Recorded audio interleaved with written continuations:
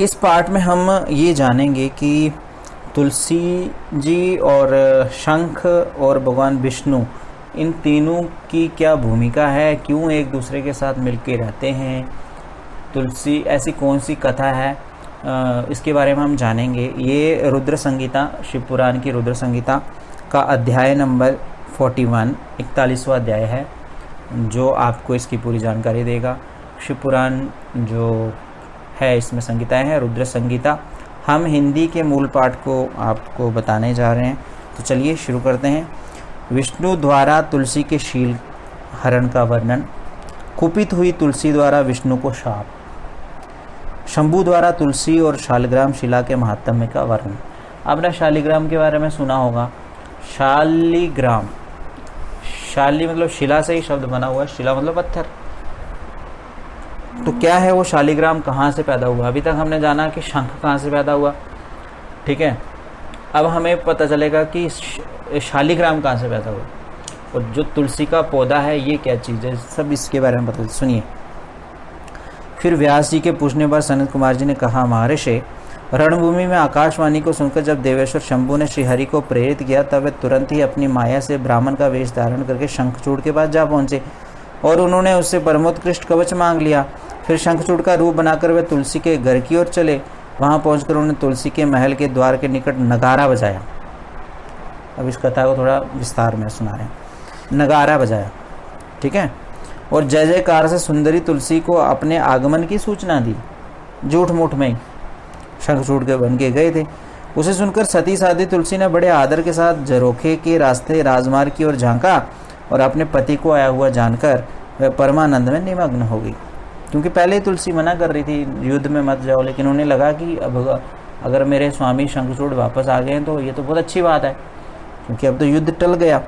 उसने तत्काल ही ब्राह्मणों को धन दान करके उनसे मंगलाचार करवाया और फिर अपना श्रृंगार किया। इधर देवताओं का कार्य सिद्ध करने के लिए माया से शंखचूड़ का रूप धारण करने वाले भगवान विष्णु रथ से उतरकर देवी तुलसी के भवन में गए।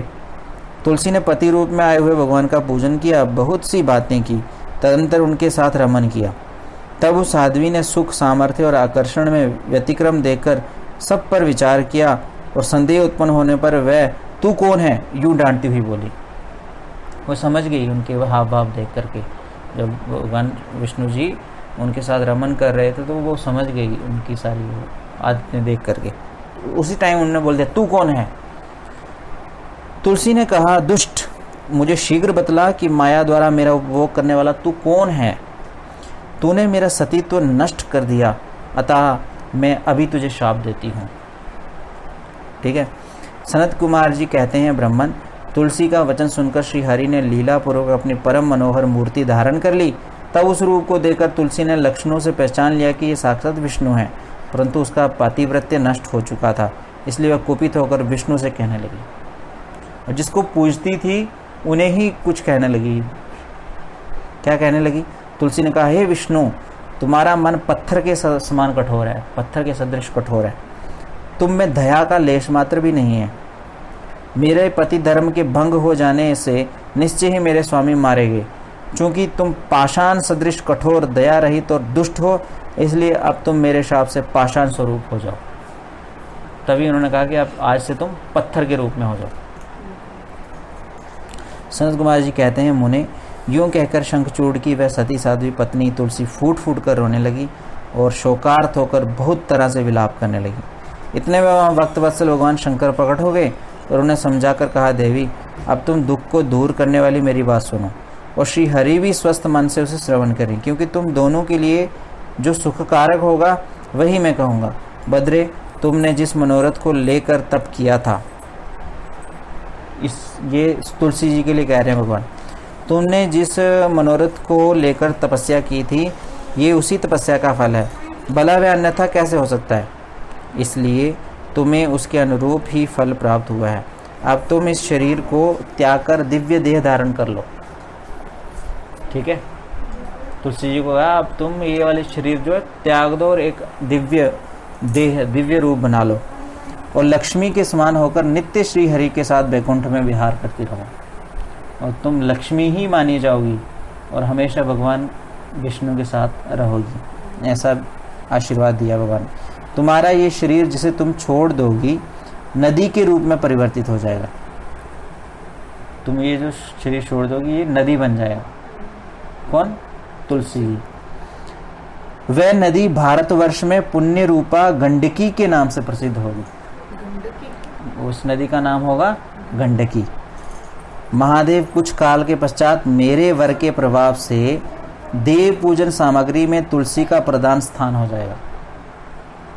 ठीक है, कुछ समय के बाद उन्होंने कहा है कि मेरे आशीर्वाद के प्रभाव से जितनी भी देव देवताओं की पूजा होती है उसमें तुलसी का एक विशेष स्थान हो जाएगा।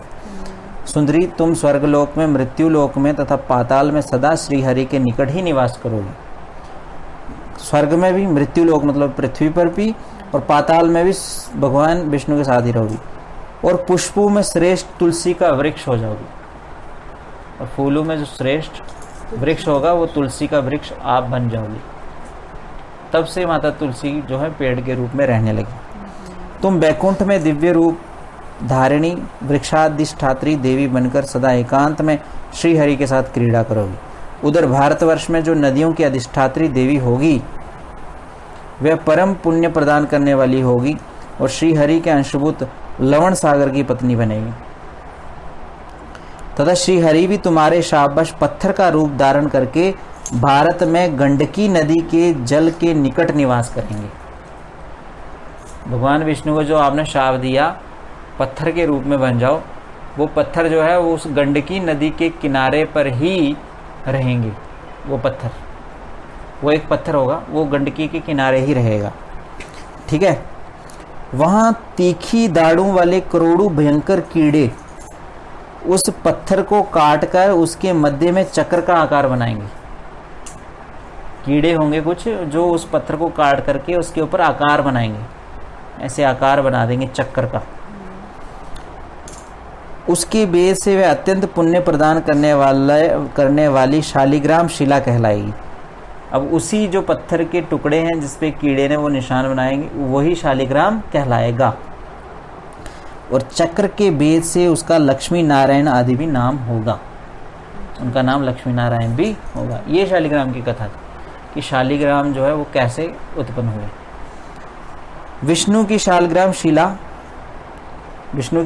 शिला और वृक्ष स्वरूपनी तुलसी का समागम सदा अनुकूल तथा बहुत प्रकार के पुण्यों की वृद्धि करने वाला होगा।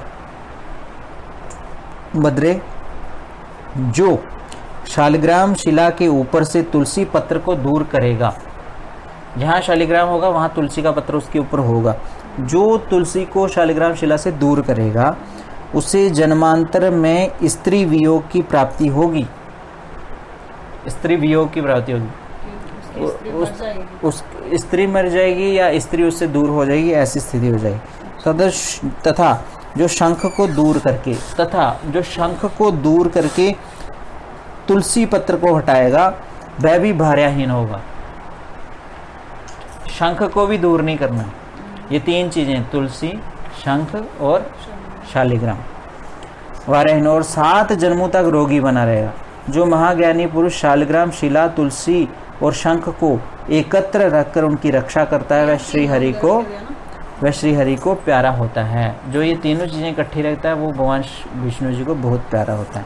सनत कुमार जी कहते हैं, व्यास जी इस समय इस प्रकार कहकर शंकर जी ने उस समय शालिग्राम शिला और तुलसी के परम पुण्यदायक महात्म्य का वर्णन किया। तत्पश्चात वह श्रीहरि को तथा तुलसी को आनंदित करके अंतर्धान होगी। इस प्रकार सदा सत्पुरुषों का कल्याण करने वाले शंभु अपने स्थान को चले गए।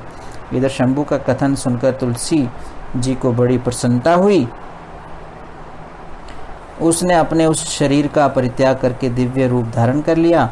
तब कमलापति विष्णु उसे साथ लेकर वैकुंठ को चले गए। उसके छोड़े हुए शरीर से गंडकी नदी प्रकट हो गई और भगवान अच्युत भी उसके तट पर मनुष्यों को पुण्य प्रदान करने वाली शिला के रूप में परिणत हो गए। मुने, उसमें कीड़े अनेक प्रकार के छिद्र बनाते रहते हैं और उनमें जो शिलाएं गंडकी के जल में गिरती हैं वे परम पुण्यप्रद होती हैं, और जो स्थल पर ही रह जाती हैं उन्हें पिंगला कहा जाता है और वे प्राणियों के लिए संताप कारक होती हैं। वैसे इस प्रकार तुम्हारे प्रश्न के अनुसार मैंने शंभु का सारा चरित्र जो पुण्य प्रदान तथा मनुष्यों की सारी कामनाओं को पूर्ण करने वाला है तुम्हें सुना दिया। यह पुण्य आख्यान जो विष्णु के महात्म्य से संयुक्त तथा भोग और मोक्ष का प्रदाता है, तुमसे वर्णन कर दिया। अब इसके अलावा आपको बताते चलें कि आपने अभी तक ये शंखचूड़ और भगवान माता तुलसी जी की शालिग्राम की कथा सुनी है। कैसी लगी आप अवश्य बताएंगे।